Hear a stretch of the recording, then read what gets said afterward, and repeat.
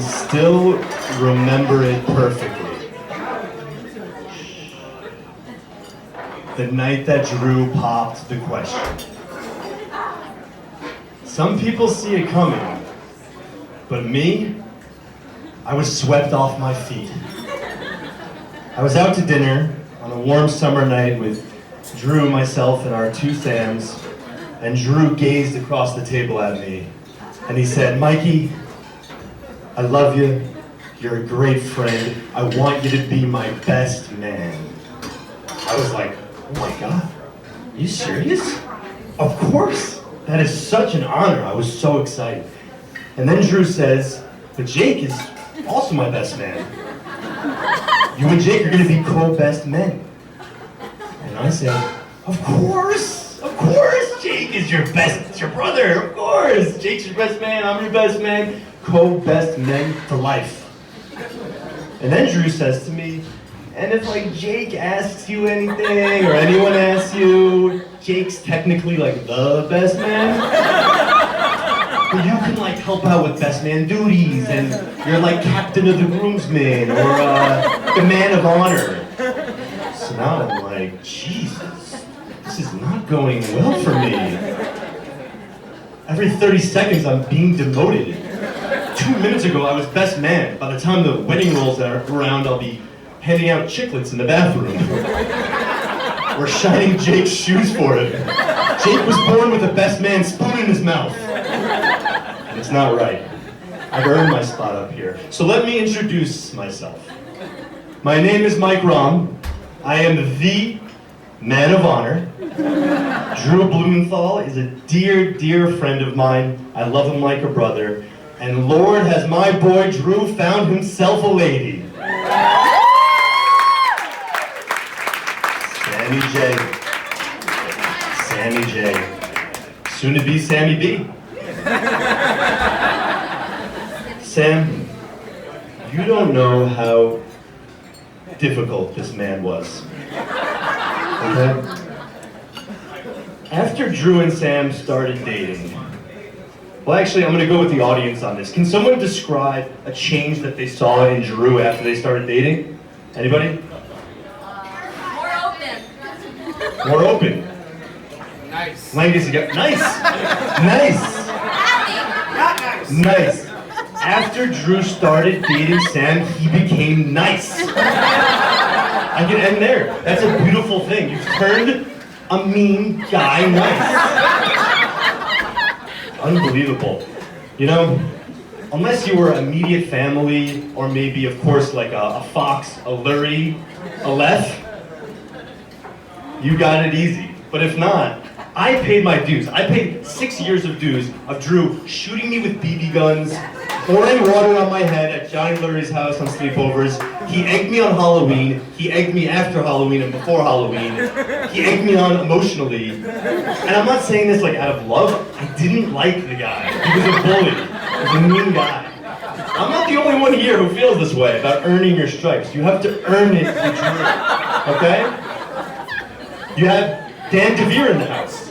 2 weeks after Drew moved in with Dan DeVere, he replaced Dan DeVere's deodorant with a layer of cream cheese on top.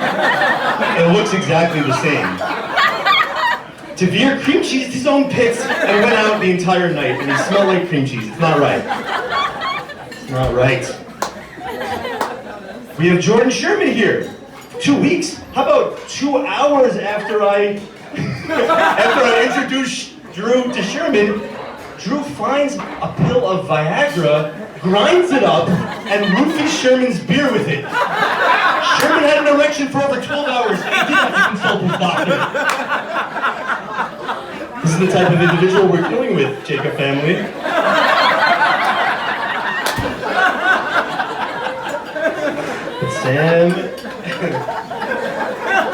But Sam had it easy. She had it easy. He liked her from the beginning. And I don't blame him, because we're going to have to talk about the elephant in the room, the topic no one wants to address, Drew with other girls. That's right, boo.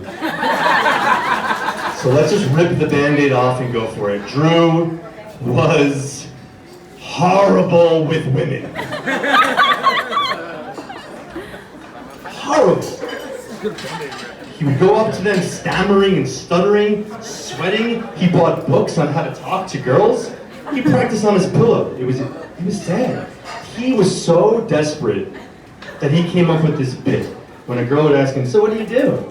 He would say, "I'm a helper monkey trainer." And he had every answer in the book, every answer. What's that? Well, you know, like a seeing eye dog for blind people? This is like a helper monkey for handicapped people.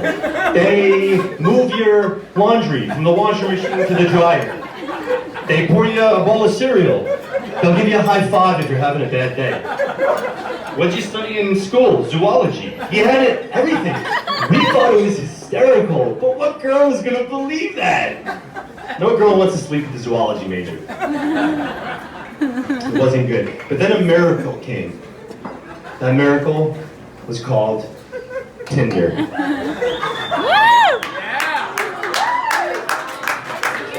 The global dating sensation interface of Tinder.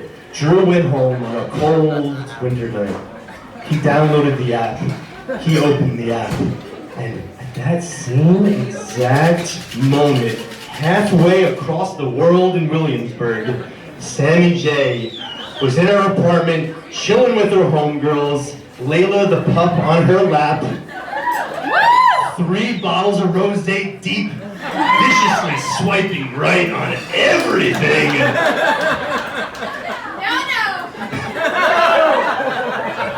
And fate would connect them. And here we are today. And the thing is, it's a nice story with Tinder and all. I don't believe it. My wife and I, we have this running theory that they're just too perfect for each other. Like, this Tinder couldn't have set this up. My theory? Drew is a very powerful person. He's got a strong mind. He's very opinionated. He's won Salesman of the Year like 10 years in a row.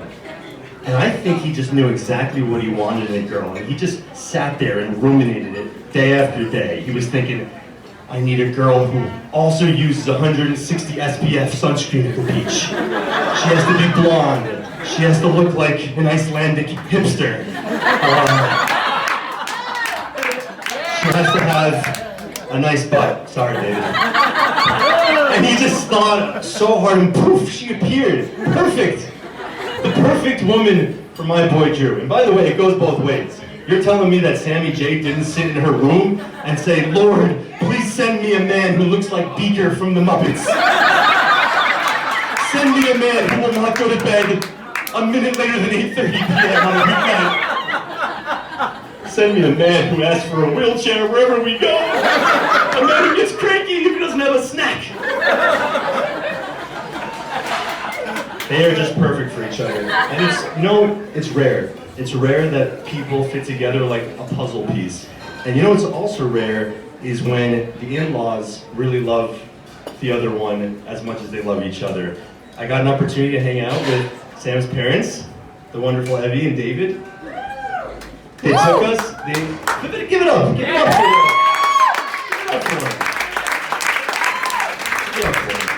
They were kind enough to invite my wife and myself, and of course Drew and Sam, to their wonderful summer house on Long Beach Island. And these two are in sync.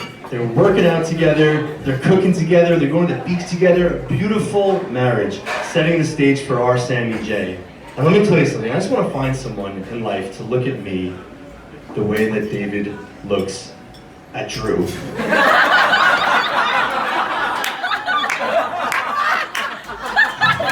The man loves his son-in-law, you can tell it. I spent 36 hours with them and I could tell the vibes were thick. I don't know if you remember this, David, we went to go pick up lunch and I'm in the back seat. Drew's sitting shotgun and David's driving. And David's got like one hand on the wheel and the other hand kind of around Drew's seat the whole time. And everything Drew said, David was like, oh, this guy, love him. Love this kid, he's the best. What doesn't he do right? And he's tall. What a tall man he is. It was beautiful and it's rare. And what about the other legendary couple of the weekend, Carrie and Donna Blumenthal? Can we give it up for those two? Carrie, you might not know this. Carrie has made me, more than anyone else, excited to have a family of my own. It was beautiful. Carrie turned to me one day and he says, Mike, when Jake and Drew were kids. My boys would, invite me to hang out and play ball or get a beer, but I just wanted to hang out with my Jake and Drew. I just wanted to hang out with my boys. And that's my horrible Carrie Blumenthal impression. But that's beautiful. The man wanted to hang out with his boys. It was either that or he had really shitty, lame friends. But I think it was the former. It was a combination. What do you know, Steve Larson's a combination. Donna, on the other hand, couldn't wait to get out of the house. I think she had PTSD from all the testosterone, the Blumenthal testosterone that was going on. But now she has this wonderful daughter-in-law of her own, and Sammy has a wonderful, beautiful mother-in-law of her own. Sam, you passed the test. And I don't say that like generically, you actually passed the test. That you didn't really know about this test. Let's put it this way, did you really think it was a coincidence that 2 months after you and Drew started dating, that his foot issues started? Plantar fasciitis? More like plantar fictitious. His foot is fine. Drew approached me. He said, I don't know if I can trust this girl. I love her. I want to marry her. I don't know if I can trust her in sickness and in health. So for the past 2.5 years, he's been Ubering block to block. He's been bringing scooters around with him. He brings a stool with him wherever he goes to sit down just to see if she would leave. And here she is today. She's still here.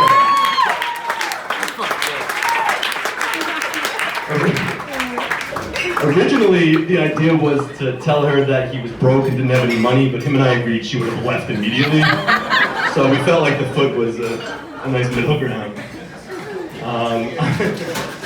So we're gonna wrap this up with a quote. I saw a quote on Twitter the other day. Albert Einstein once said, there are only 2 ways to live your life. As if nothing you see is a miracle, or as if everything you see is a miracle. And for some reason that genuinely reminded me of Drew. He calls everything a miracle for the 20 years I've known him. This slice from Ancona, miracle. Spotify, I can listen to any song ever made in the world, miracle. Everything's a miracle.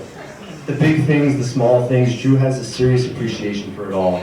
And I think we could all say that he found his greatest miracle in Sammy J. So let's put up a couple of glasses if you got them, and let's give it up for these 2 beautiful souls. Love you.